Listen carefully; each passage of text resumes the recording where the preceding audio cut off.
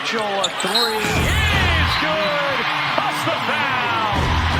A chance for four. Only three to shoot. Gonna have to make something happen. Clark through the lane. Reverses it in. Post feed. Boston. Oh, beats the clock. Wow. Indiana will reset. Clark fire away. You bet.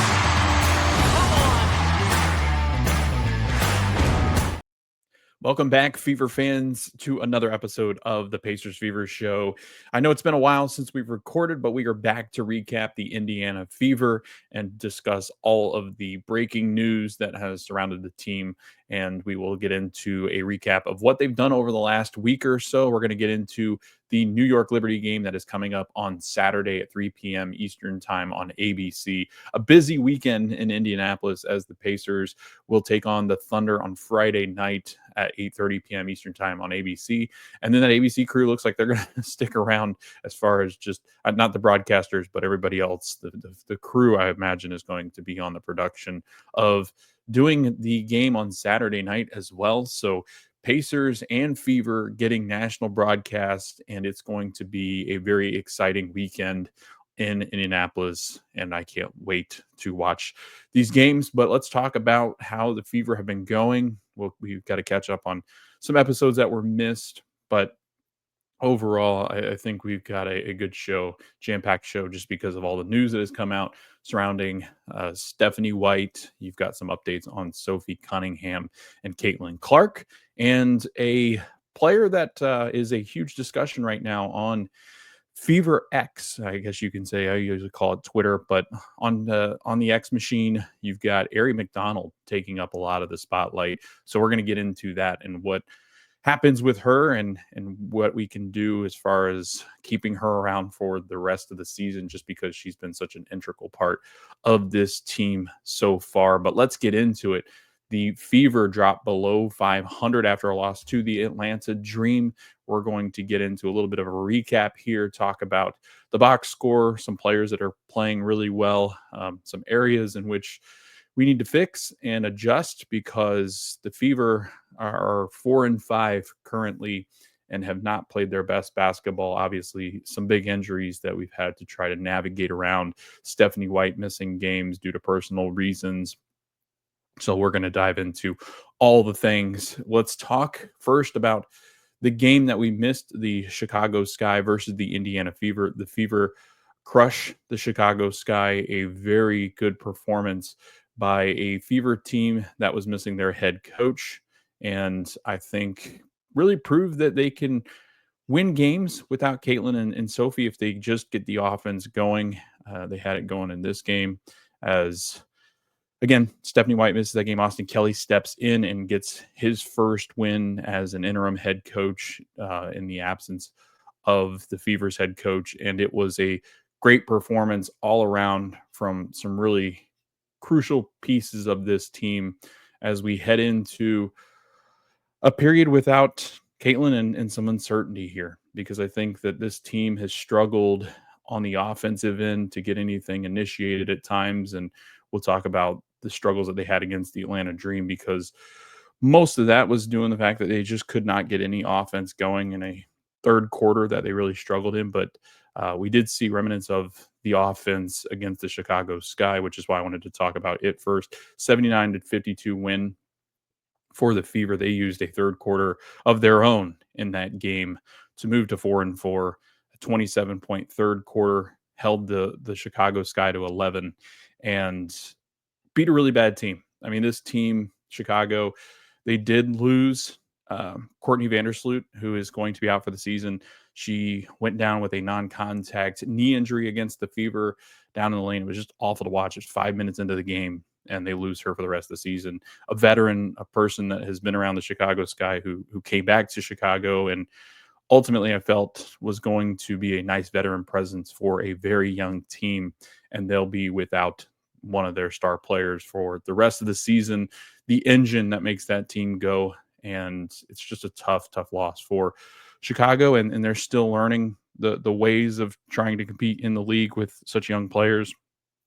The Fever did an excellent job on Ariel Atkins. Ariel had been a 20-plus scorer in the previous couple of games before that Fever game, had really led the charge, and Chicago was playing better basketball with her at the head of the attack. Camila Cardoso, sorry, um, had really good games, but I think just the defense that the Fever played against the Chicago Sky, I think it was just too much for them, and have now gone 2-0 against the Sky in this regular season, and both games have not been close. I think it was a 40-plus win for the Fever to begin the season, and then they beat them by 27 in this game on the home floor. Well, not the home floor, the United Center. The Sky actually moved for the first time into the United Center to play Caitlin Clark-less Fever. I think obviously they expected her to be there, so they wanted to sell more tickets. They moved that game to where the Bulls play in Chicago, and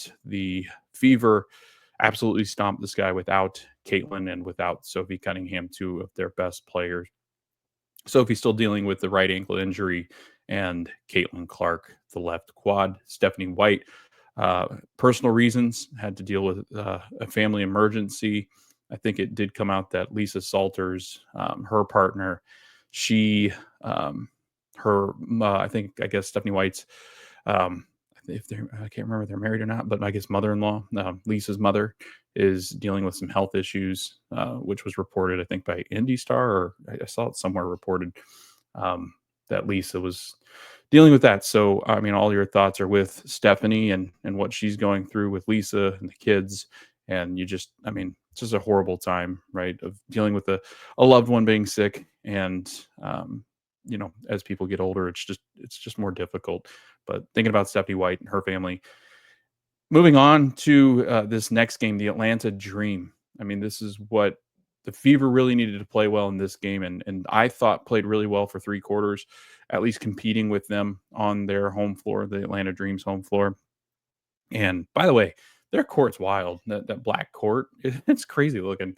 I don't know if I think it's a normal thing. Like I haven't really kept up with their court as much. I can't remember it from years past, but I really dig it. I like the black hardwood floor, and it looks really solid. And their crowd is crazy. I mean, that Atlanta Dream crowd is wild. They've got a great atmosphere there. I think that they've got a really good young team as well. A younger core. And then you've got 2 of the really good veteran pieces that you bring in. Well, 3, I guess. But again, I'm really fascinated with this Atlanta Dream team. And I love saying Dream Team just because it's a lot of fun. On my talking points on the rundown, if you're over on the YouTube channel, it's the Dream Cruise, the Atlanta Dream Cruise by the Fever, with a little bit more context there. But updates as far as the injuries heading into this game, Stephanie White said that Sophie Cunningham and Caitlin Clark weren't ready for the Atlanta Dream game.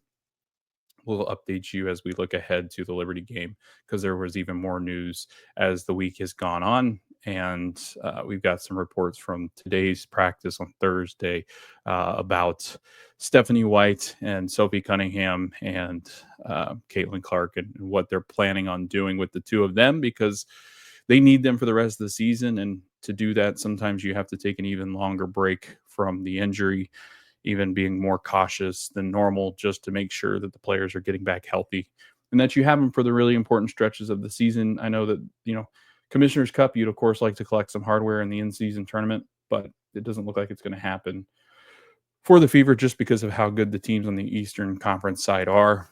They did drop to 2-1 after winning the game against the Chicago Sky. They went up 2-0, but then dropped the game against the Atlanta Dream in Atlanta on June 10th. And will move to 2-1, and they'll have a very, very difficult game against the Liberty coming up here on Saturday.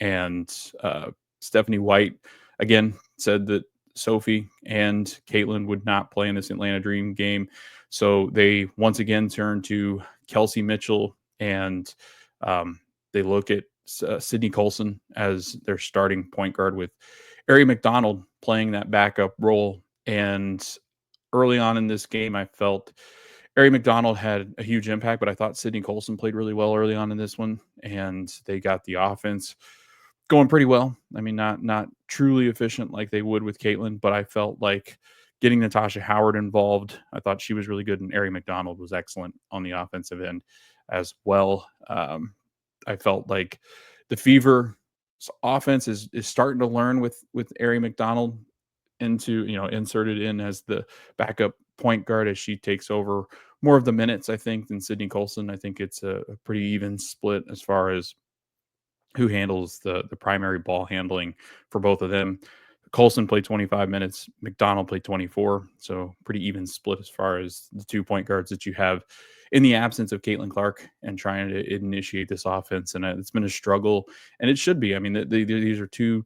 One, Sydney Colson has only played a few more games than Ari McDonald with the Indiana Fever, so you've got that aspect of it. You've got a team that's not comfortable with their point guards yet, and that's a huge, I wouldn't say detriment to the team, but it's a huge disadvantage just because these two have not really had the time to learn Stephanie White's system with the Indiana Fever and really gain the trust and confidence of the offensive players around them. I mean, these players are new to this team, and you have the early season struggles. You can tell the chemistry is just not quite there yet, but it has looked better in the games leading up to this one. And ultimately, you take out that third quarter that they have against the Dream, and this is a good game, I think, by the Fever to go in there down two really important pieces in your lineup and compete with a team that is one of the better teams in the WNBA this season. And I think that the Fever did really well.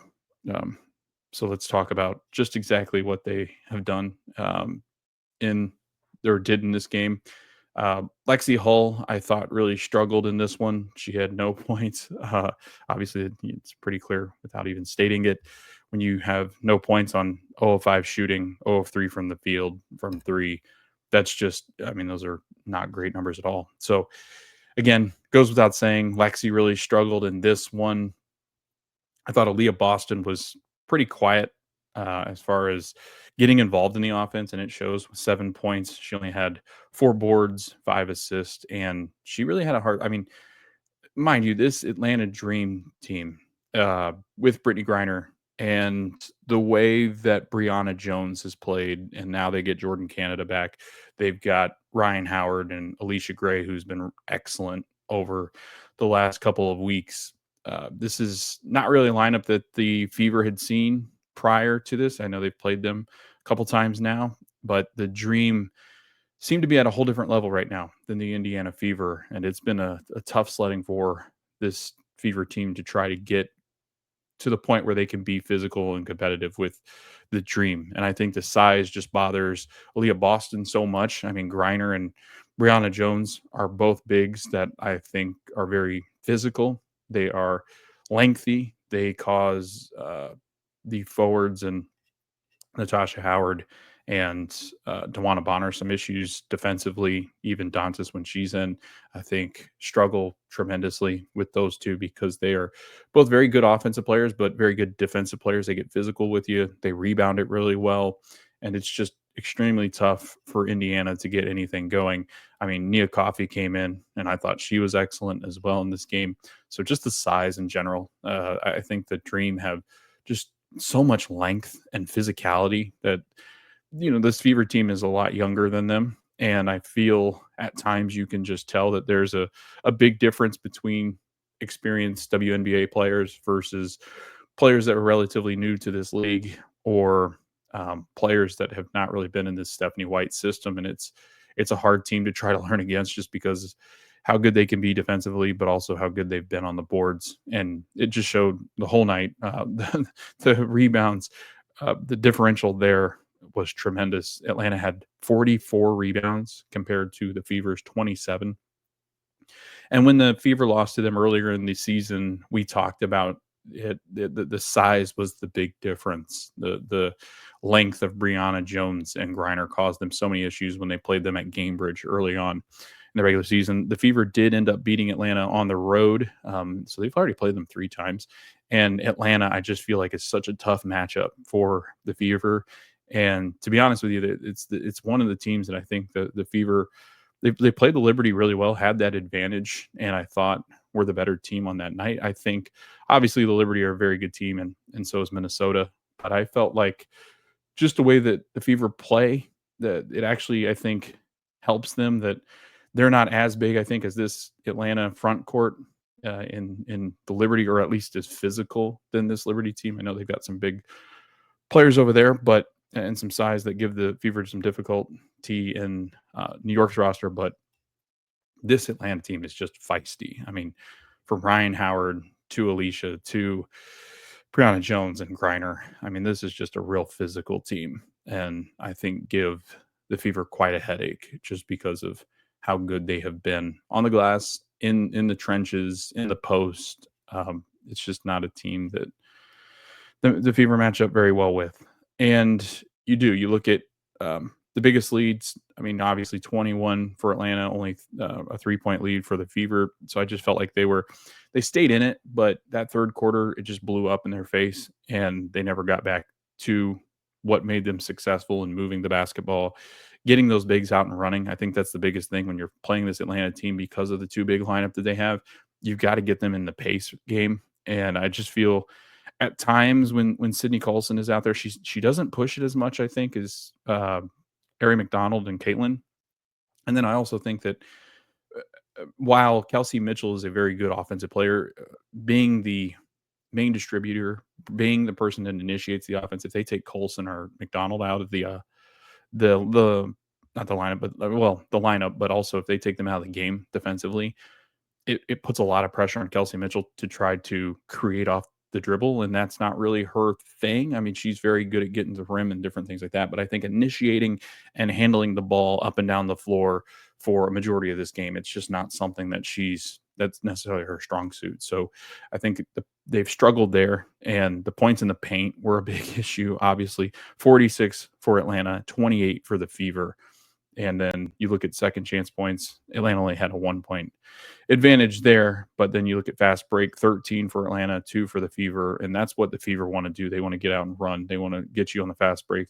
They want to play with pace. And ultimately, it never ended up being that way for the Fever. It played a lot of half court. Atlanta's defense can be very intimidating at times. And I just felt like the Fever could just never really get into this game after that third quarter. And once they explode and implode in the third, it just never became a game again. And like I said, at halftime, it was tied. And then in the third quarter, a 23-9 third quarter for Atlanta. And Atlanta never give up the lead after that. I mean, that's a 14-point advantage that you get out of that third, and then they outscore the Fever by 5 in the fourth and end up stomping on the Fever in this one. And again, just struggles all around. Lexi Hull not very good, and this one, Leah Boston quiet. Kelsey Mitchell only 5 of 16, 0 for 5 from the 3-point line. Sydney Colson 1 of 4. She struggled to get anything going offensively. Dantas 1 of 5. Ari McDonald, though, 3 of 6, 2 of 5 from the 3-point line. She was 6 of 8 from the free throw line, so she got to the line quite a bit. Only had 3 turnovers. She did have 2 assists, was a -8, but had 14 points. She was their best player in this game, I thought. I mean, Natasha Howard was really good, but I thought Ari provided so much on the offensive end to keep the Fever in this. But again, that third quarter run just was soul crushing for this Fever team, and something that the Dream are so very good at doing. And then now you've got really good performances from Alicia Gray, who's been excellent throughout the season. Brianna Jones, again, continues to kill the Fever. She had 21 points. She was a +9. Alicia Gray was a +20, and Naz Hillman was a +24. Everything they've got from their bench was just phenomenal, too. I mean, Nia Coffey was really good in this game, 7 boards. She had an assist, a steal, 10 points, was a +12, shot the ball really well from 3, and made the Fever work on defense. And they weren't enough on the offensive end. I mean, I feel like their defense was okay, but they did have some struggles with players like Brianna Jones, who they've struggled with all year. Ryan Howard didn't really do much. She had 3 points, and I thought struggled a little bit. But outside of that, I mean, they had everything going, and the Fever drop another game and drop below 500. They are at 4-5, and it's such a tough stretch that they're going through right now because of the absence of Caitlin Clark and Sophie Cunningham. The depth is just not there, and you got to have really good performances out of your star players. And when Aaliyah Boston and Kelsey are not having good games, that's really tough for the Fever to try to recover from. Even Lexi Hull too. I mean, you've got three of your best scorers not really impacting the game on the offensive side of things. And without Ari McDonald, this game is a complete blowout. So it's unfortunate that the injuries have happened, but you've got to find ways to try to compete in these games, at least compete better in these games and make it tough on the other team. And that third quarter, I mean, came out flat and just turned the ball over, weren't getting good shots, good defense from Atlanta, and there was not really any stops that they had for Brianna or um, Alicia. So just a tough one, a really awful game to drop because now you go now you go up against the undefeated New York Liberty, and they played them really well last time the Fever did at Gainbridge Fieldhouse. So they'll return to Gainbridge Fieldhouse to play against this Fever team. But this Fever team had Caitlin Clark and Sophie Cunningham in that game. Both of them go down, and it was in that game that you lose them, and it's been really tough ever since to try to get going in any kind of momentum, because even when they were winning 2 games in a row, they knew what was coming down the pipe, and they were hoping that Caitlin would be back by now.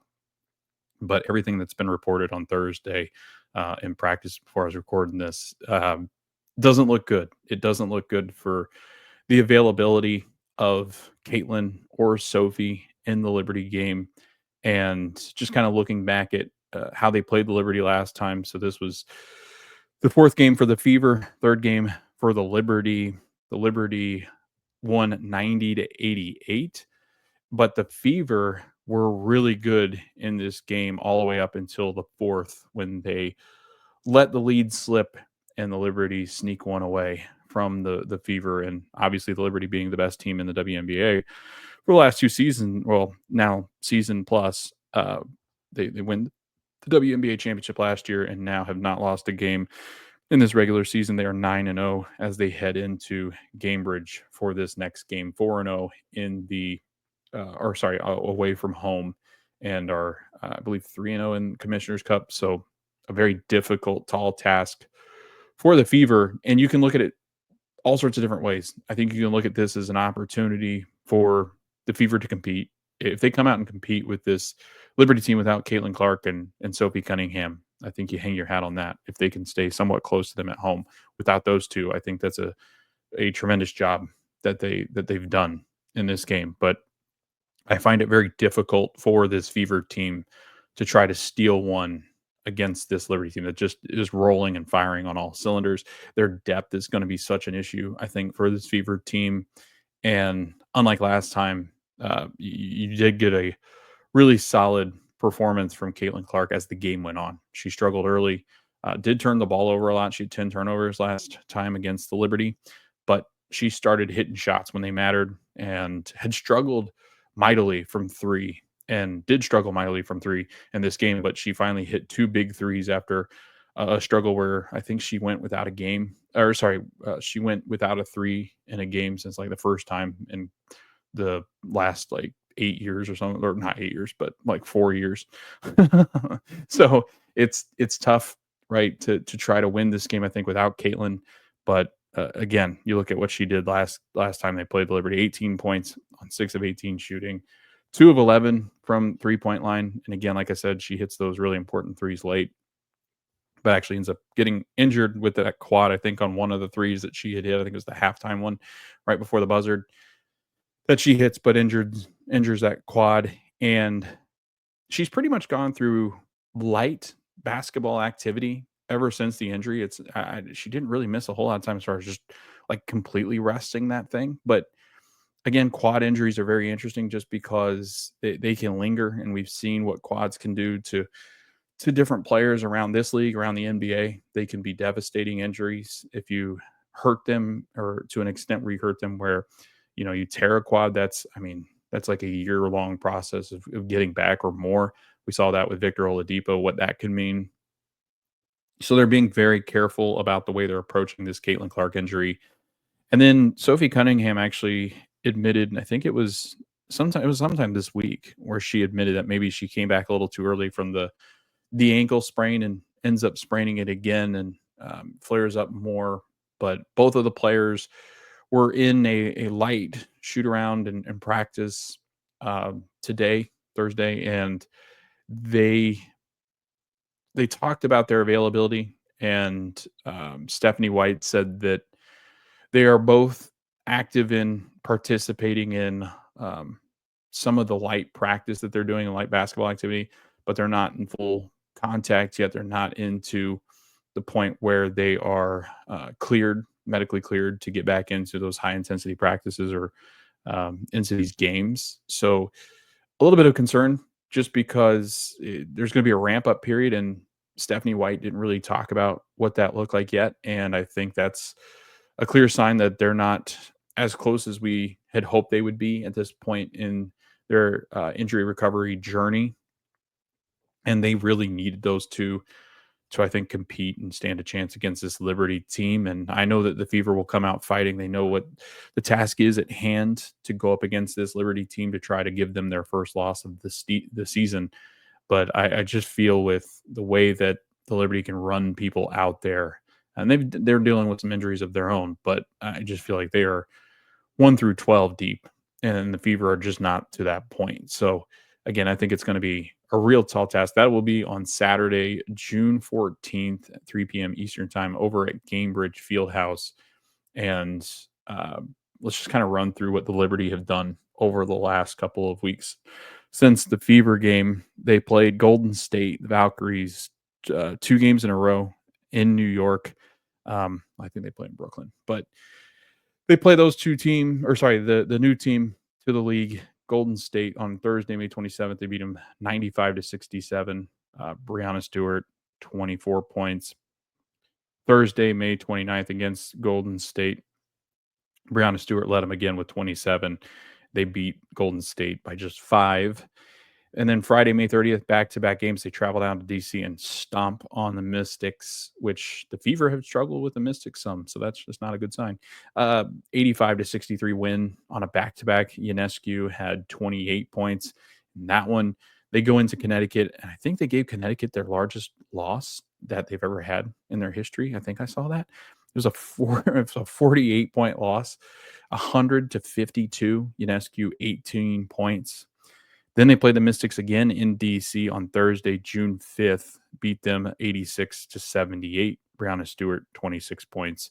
And then Tuesday, June 10th, they play the Chicago Sky and beat them by 19 points, 85-66, to move to 9-0. And Ionescu had 23 points in that contest. Looking at what they're doing in this season, Brianna Stewart, 19 points per game. Ionescu, 17.9 points per game. Jonquel Jones is currently dealing with an injury. She is, I think she was listed as questionable for this June 14th game, but they had some confidence that she might be able to suit up for this one. 13.9 points per game. And her size, along with Brianna Stewart, would cause some issues for the Indiana Fever. And in their last contest, Jonquel Jones crushed Indiana, 26 points, 12 boards. She had 1 block, 1 steal, and was an absolute force in the paint. And then Brianna Stewart, 16 points. Didn't have a good game against the Fever last game, so concerned about that just because she's going to be looking to for some vengeance, I think. 4 of 11, 0 for 4 from 3. She did get to the line 10 times. So the Fever were fouling her just because I think the size was just too much. And so this is another team that I think Indiana, once again, are going to be tested with as far as the physicality, because Natasha Cloud and Ionescu get after you defensively. Phoebish is, I think, going to be listed too as questionable, but more likely doubtful. I think I'd seen that. So those two, Jonquel Jones and Phoebish, who were both in the starting lineup, I think are both questionable heading into the game on Saturday. There'll probably be updates on Friday that debunk that, but those were the last that I had seen. Both of them were on the injury report, and both were questionable to go. So, some big injury news for them too. But I just think with the talent that they have, I mean, Kennedy Burke has stepped in nicely, and she's averaging 9.9 points per game. Natasha Cloud, 9.4 points per game, always has the ability to go off. Sabali, 5.7 points per game when she's played. And again, I think just Johannes is 5.6 points per game. Gardner 5.2 points per game. So you just look up and down this lineup. They can provide from every which direction. Their depth steps in.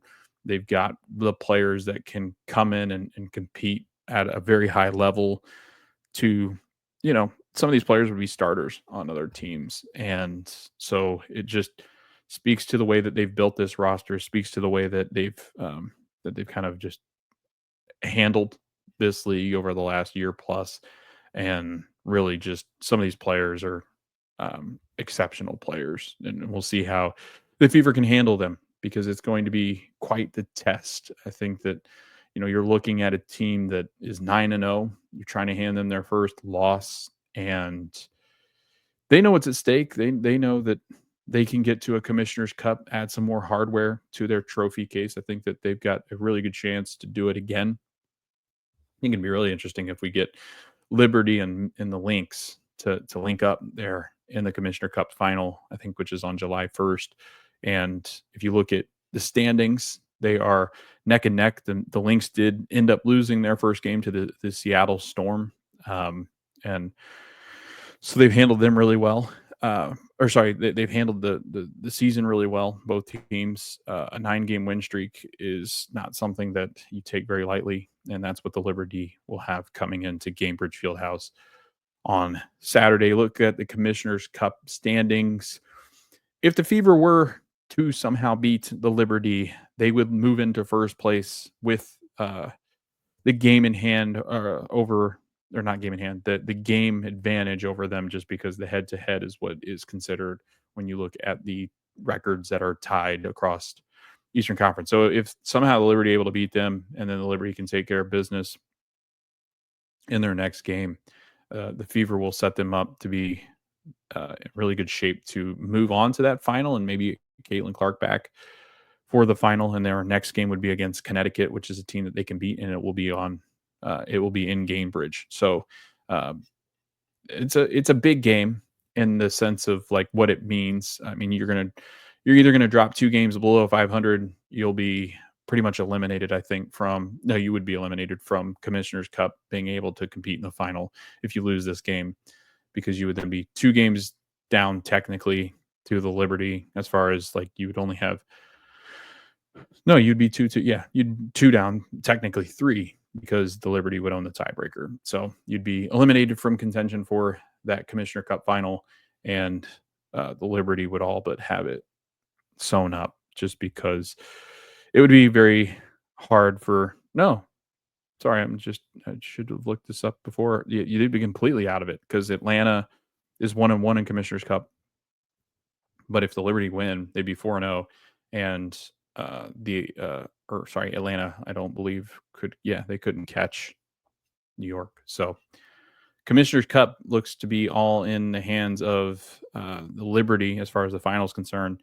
The Storm are in first place over the Western Conference, 3-1 in this Commissioner's Cup, because they beat the Lynx. They've got the head-to-head advantage. So if Seattle can win their next 2 games, they should be set.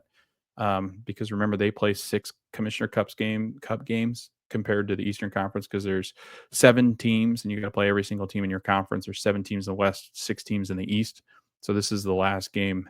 There's one more game after this, one game coming up against the Liberty. So Liberty got 2 games left in the Commissioner's Cup, but if they lose on Saturday, they will be eliminated mathematically from Commissioners. But looks like it. I mean, the way they say the standings are set up right now, it's going to be Seattle Storm versus New York. So fascinating. I was hoping for, I think we were all hoping for a Minnesota and Liberty matchup, because that's a rematch of WNBA finals from last year.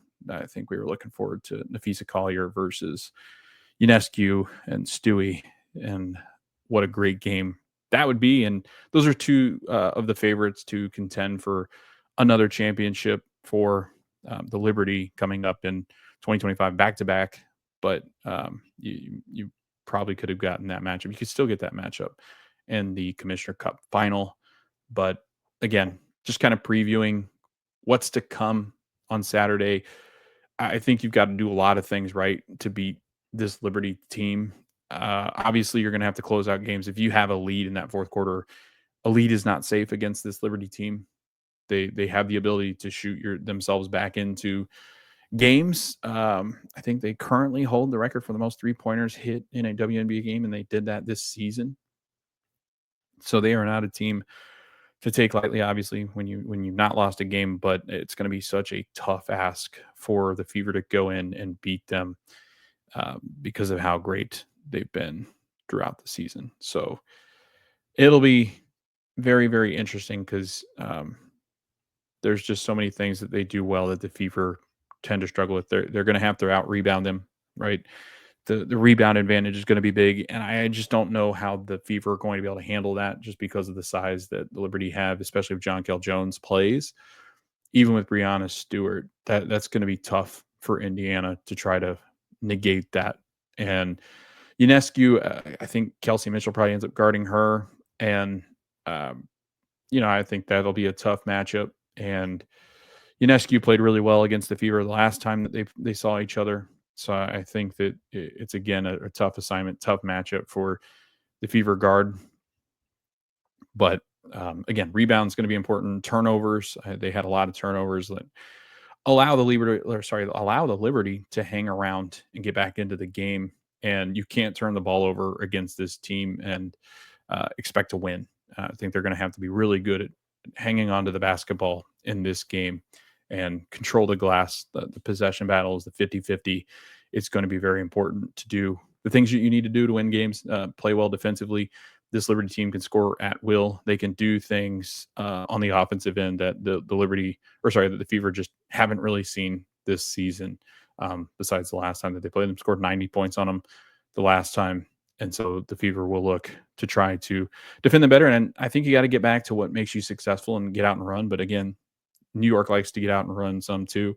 And they have the players to keep up with these Fever players on the defensive end. I mean, Natasha Cloud is going to cause a lot of issues, I think, for Kelsey Mitchell and the way that she can defend. They got rim protectors. And again, just a really, really good team. And I just don't know how the Fever can handle it without Caitlin Clark, because they can defend pretty well and they can take people out of games. And when you've got more offensive options, it's going to help.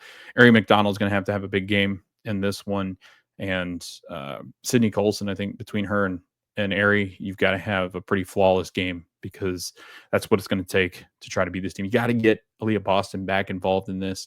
DeWanna Bonner is going to have a big game, I think, off the bench, just because she's got that veteran experience. She's got the ability to compete against this team, has done it in the past. And I think you've got to lean in her veteran experience to hopefully lead you.